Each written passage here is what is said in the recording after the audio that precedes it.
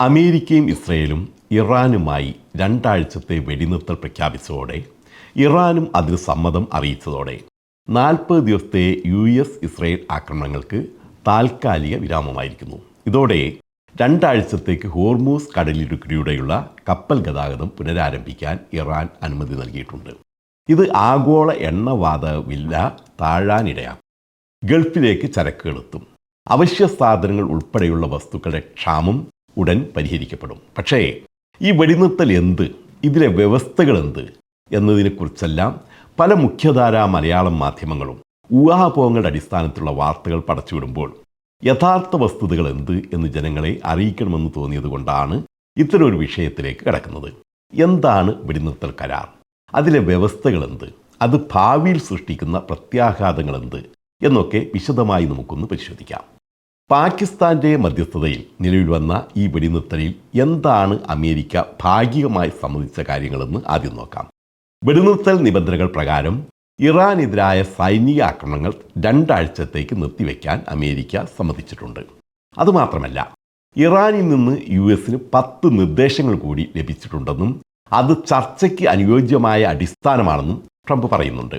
ഈ 10 കാര്യങ്ങളടങ്ങുന്ന പൂർണ്ണ പദ്ധതി ഇതാണ്: ഇറാന്റെ ആണവ സമ്പുഷ്ടീകരണ പരിപാടിയുടെ സ്വീകാര്യത ഉറപ്പുവരുത്തുക, ഇറാനെതിരായ എല്ലാ പ്രാഥമിക ദ്വിതീയ ഉപരോധങ്ങളും പ്രമേയങ്ങളും പിൻവലിക്കുക, അന്താരാഷ്ട്ര ആണവോർജ്ജ ഏജൻസിയിൽ ഇറാനെതിരായ എല്ലാ പ്രമേയങ്ങളും അവസാനിപ്പിക്കുക, സുരക്ഷാ കൗൺസിലിൽ ഇറാനെതിരായ എല്ലാ പ്രമേയങ്ങളും അവസാനിപ്പിക്കുക, മേഖലയിലെ എല്ലാ താവളങ്ങളിൽ നിന്നും യുദ്ധസേനയെ പിൻവലിക്കുക, യുദ്ധസമയത്ത് ഇറാൻ അനുഭവിച്ച നാശനഷ്ടങ്ങൾക്ക് പൂർണ്ണ നഷ്ടപരിഹാരം നൽകുക, അതിനായി ഹോർമൂസ് കടലിടുക്ക് വഴി കടന്നു പോകുന്ന കപ്പലുകൾ വഴി ഇറാന് പണം നൽകുന്നതിലൂടെ നഷ്ടപരിഹാരം ഉറപ്പാക്കുക, വിദേശത്ത് മരവിപ്പിച്ച എല്ലാ ഇറാനിയൻ സ്വത്തുക്കളും മോചിപ്പിക്കുക. ഇതെല്ലാം അമേരിക്ക സമ്മതിച്ചാൽ മാത്രം പോരാ, സുരക്ഷാ സമിതിയുടെ ഒരു പ്രമേയത്തിലൂടെ അംഗീകരിക്കുകയും വേണം. ഇതാണ് ഫലത്തിൽ ട്രംപ് ഏകദേശം സ്വീകാര്യമായ ധാരണയിലെത്തിയ കാര്യങ്ങൾ എന്ന് പറഞ്ഞ ഇറാന്റെ ആവശ്യങ്ങൾ.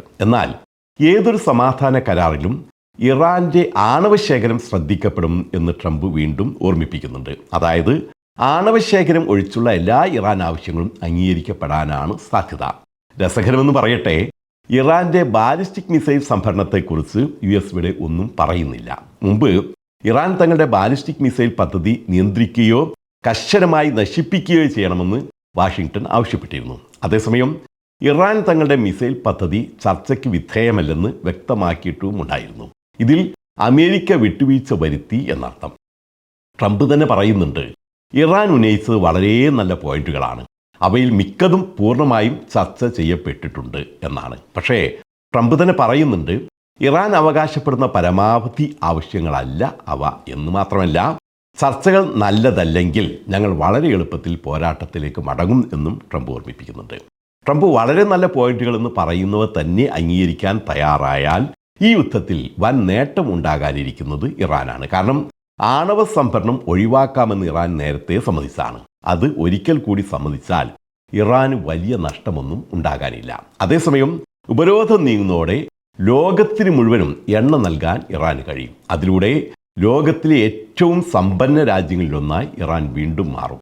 പഴയ പേർഷ്യയുടെ പ്രതാപം ഇറാൻ വർഷങ്ങൾക്കുള്ളിൽ വീണ്ടെടുക്കും. മലയാളികളായ നമുക്കും മറ്റൊരു സന്തോഷം കൂടിയുണ്ട്. ഇനി ഗൾഫ് രാജ്യങ്ങളിലേക്ക് മാത്രമല്ല, ഇറാനിലേക്കും ഭാവിയിൽ ജോലി അന്വേഷിച്ച് പോകാനുള്ള സുവർണാവസരം അവർക്ക് ലഭിക്കും. ഇറാനിൽ നിരവധി തൊഴിലവസരങ്ങൾ അവർക്കായി ഒരുങ്ങുകയും ചെയ്യും. എല്ലാം മലയാളികൾക്ക് മാത്രമല്ല, എല്ലാവർക്കും പ്രതീക്ഷ നൽകുന്ന കാര്യങ്ങളാണ്. പക്ഷേ ഇതിനിടയിൽ പെട്ടുപോയത് ഇസ്രയേലും ബെഞ്ചമിൻ നെതന്യാഹുവുമാണ്. അമേരിക്കൻ പിന്തുണയോടെ ഇറാനെ മാത്രമല്ല ലബനനെയും പൂർണ്ണമായി നശിപ്പിക്കാമെന്നായിരുന്നു അവർ വ്യാമോഹിച്ചിരുന്നത്. അത് നടന്നില്ല. അതുകൊണ്ട് തന്നെ നെതന്യാഹു ഇതിൽ എന്തെങ്കിലും കുത്തിത്തിരിപ്പുകൾ ഉണ്ടാക്കുമെന്ന കാര്യം ഉറപ്പാണ്. ട്രംപ് ഇതിൽ എത്രമാത്രം വീഴും എന്നതിനെ ആശ്രയിച്ചാണ് ഇനിയുള്ള കാര്യങ്ങളെല്ലാം ഇരിക്കുന്നത്. ഏതായാലും വരുന്ന വെള്ളിയാഴ്ച ഇസ്ലാമാബാദിൽ ആരംഭിക്കുമെന്ന് പ്രതീക്ഷിക്കുന്ന ചർച്ചകൾ സുപ്രധാനമാണ്.